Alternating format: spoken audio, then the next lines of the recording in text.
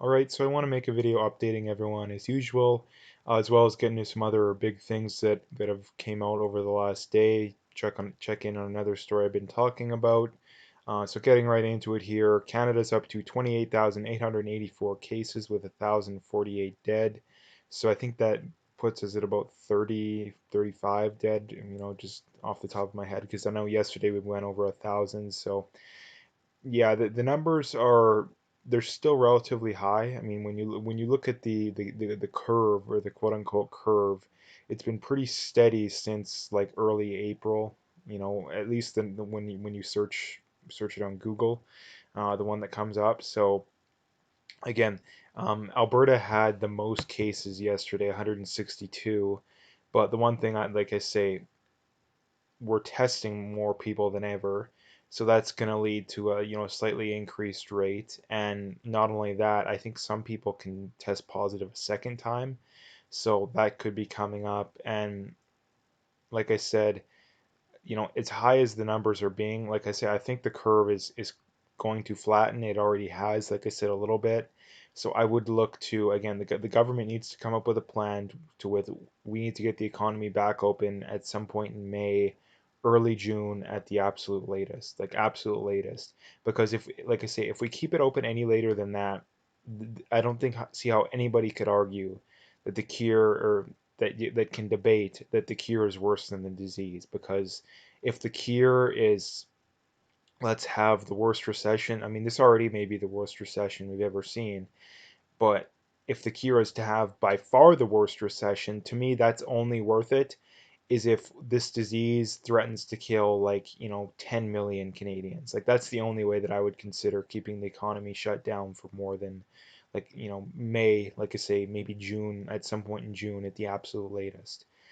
And like I say too, like the virus doesn't spread as much when it's warm. So one thing to look out for too is that, I mean, there's going to be a second wave regardless. It's just a matter of how big the second wave is, because the second wave could very well be as big as the first wave, or maybe even bigger. So that's something to look out for. That for all again, the one thing I want to point out too is that a lot of people are still stuck in this mindset that the economy can be like we can just flip things on, like on and off at like a light switch. It's not going to work like that. A lot of people all of a sudden aren't going to have jobs whenever we go, quote unquote, go back to work. A lot of people are going to have jobs, but the economy is going to be so poor they're going to have to, they're going to have to be laid off. So this is something that's going to be a massive issue. The housing market is it's the housing market is having a worse go of things than in 2008. When you look at I don't know exactly what it's called, but like the the big home builders, their confidence in the market is lower than it was in 2008. And that was, the worst housing crash ever. So again, people don't seem to be able to grasp just how dire things are out there. A lot of people are just lulled into this sense of, oh yeah, whenever we're out of this, we'll just, go right back to normal. So that's a big problem that I keep needing to point out, because a lot of people just don't seem to understand it. And like I say, we do still have a lot of cases, especially here in Alberta. I think, Quebec and Ontario still having lots of cases. So again, I do think we need to keep the economy shut for the time being, but like I said, we still need to, number one, at the utmost importance, not trample the few liberties we have left in Canada, and come up with a good plan. Let's stock up on medical supplies. Let's stock up on anything that needs to be stocked up upon for when we go back, if there's a little bit of an outbreak, because there's going to be a little bit of an outbreak no matter what. It's impossible. The thing we have to do is, okay, well, let's encourage people to wear masks. Let's continue to encourage people to wash their hands, be cleanly, all this kind of stuff. And I think this is something that in the long run could be a good thing, and that it'll get people to be more, hygiene conscious. Now, you don't want to be a neat freak too, like, or sorry, a germaphobe, or someone who's obsessed with being clean, because that will weaken your immune system. Like, and say the studies show that, kids who grow up on farms have stronger immune systems than kids who grow up in the city. So you do have to not be a germaphobe. I would, at least, again, I'm not a doctor. That's just what I've heard. I'm just saying what I heard. So anyway, like I say, here was the projections.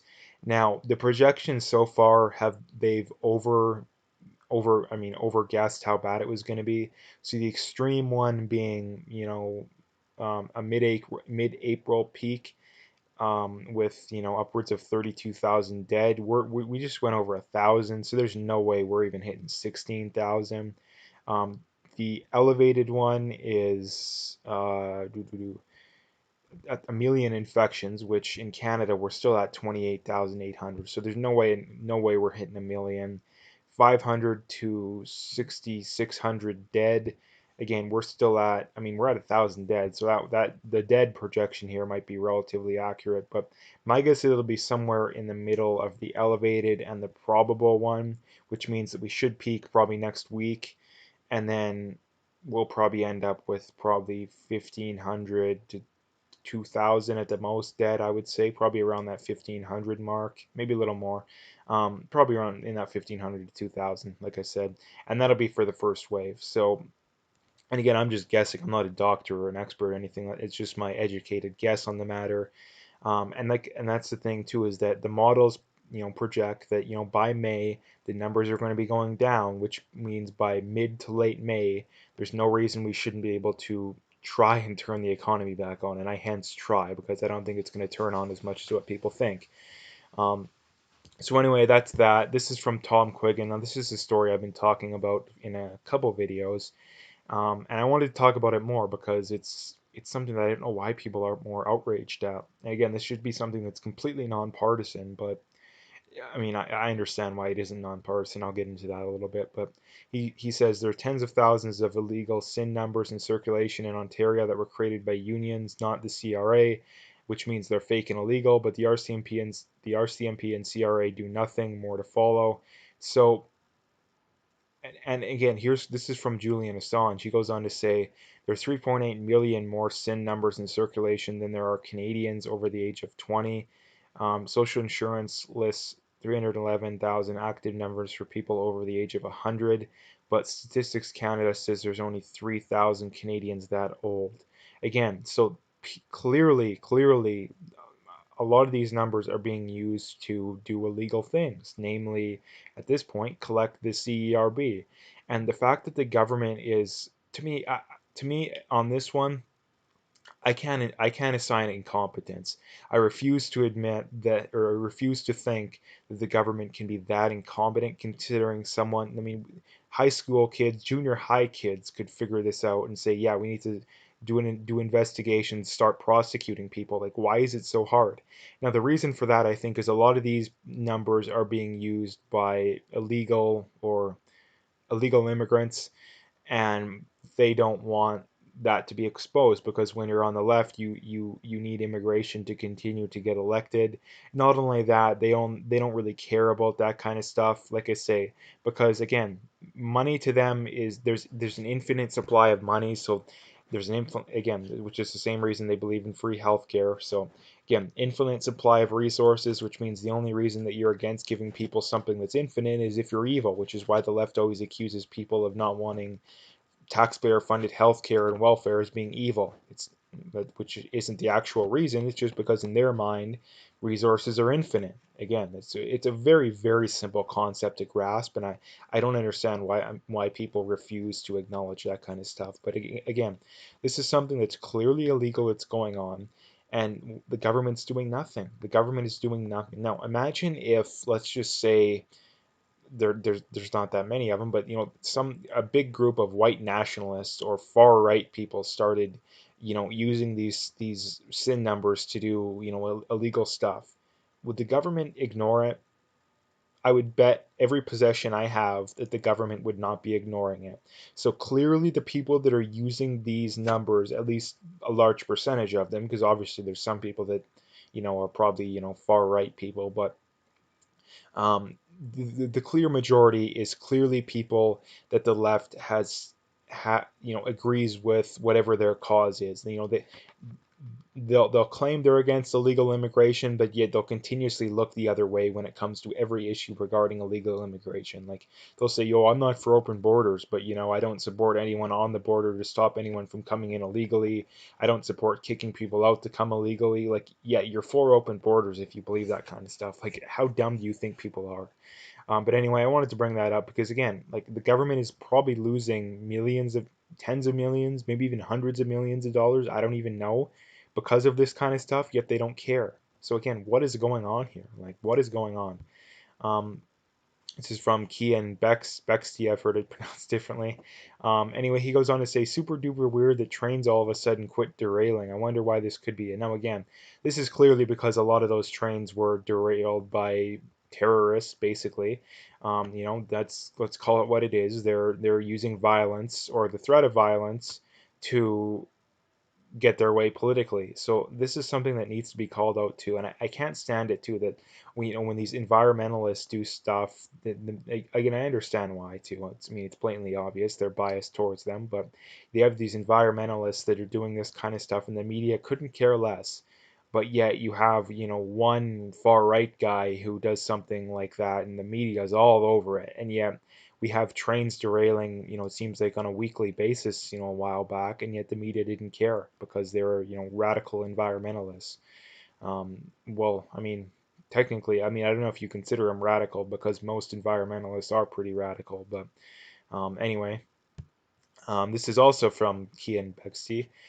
He goes on to say Justin Trudeau just admitted that the models were faulty. The expectations of the virus were absolutely not the outcomes. Climate change models are different, though. Those are right. And again, I want to keep pointing this out too because these scientists and these experts clearly cannot project these kind of things. Clearly, clearly. And again, I wanted to point that out too, because if they can't predict something that's clearly and objectively easier to predict, right? Like the COVID, curve and the projections are something that we're projecting for the next couple months, 3 months at the most, and yet they can't even predict that, right? But you think that they're going to be able to predict the temperature 100 years from now? Like, are you insane? But again, that the almost all environmentalists, that's what they believe. Again, we can't predict something 2 months from now, even a month from now, but yet we can predict stuff 100, 200 years down the road. Yeah, definitely. No, like, come on. Like, who do you think you're fooling? Like, I mean, you're fooling a lot of people, but you're not fooling anybody with the shred of critical thinking skills. Um, Last thing here, this is from Maxime Bernier. He goes on to say two former Canadian ambassadors to China denounce Ottawa's almost humiliating posture toward China in the recent weeks. Time to ask the question, have Chinese agents infiltrated the Canadian government?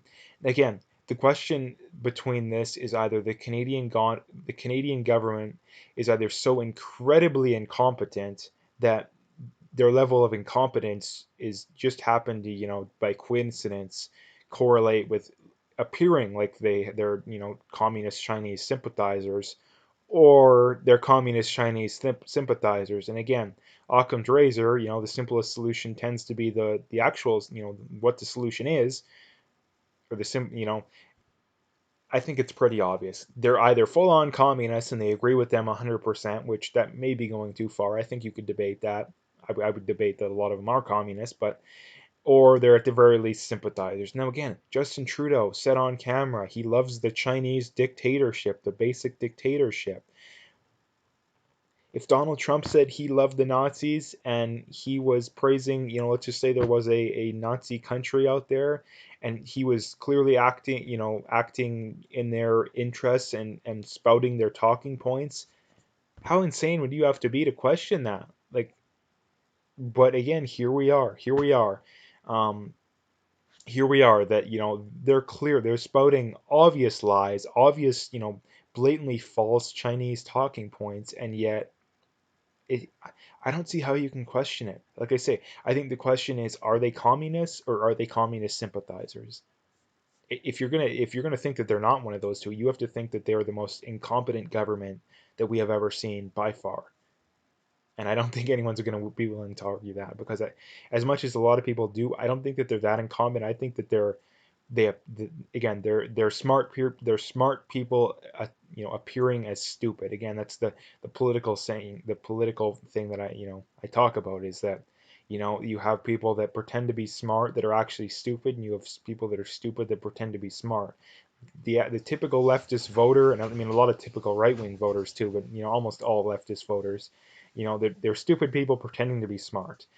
And then, you know, the typical politician on both sides, especially the left, is a smart person pretending to be stupid, because I don't see how you can be a politician that's that big and powerful that leads a country, is even an MP, and not understand basic economics. Like I don't get that. Like you can learn that, you know, you could learn more economic knowledge than the average politician appears to know in like a day, literally. So again, it's something that needs to be talked about. It needs to be brought up more. But anyway, I'm gonna leave the video there. If you liked it, make sure to hit that like and subscribe. Check out my PayPal and email. I got linked in the description. I appreciate any donations, but at the very least, just hit that like and subscribe. And again, last thing, as always, check out my BitChute channel. Again, YouTube's gonna ban or shadow ban me at some point, so check that out.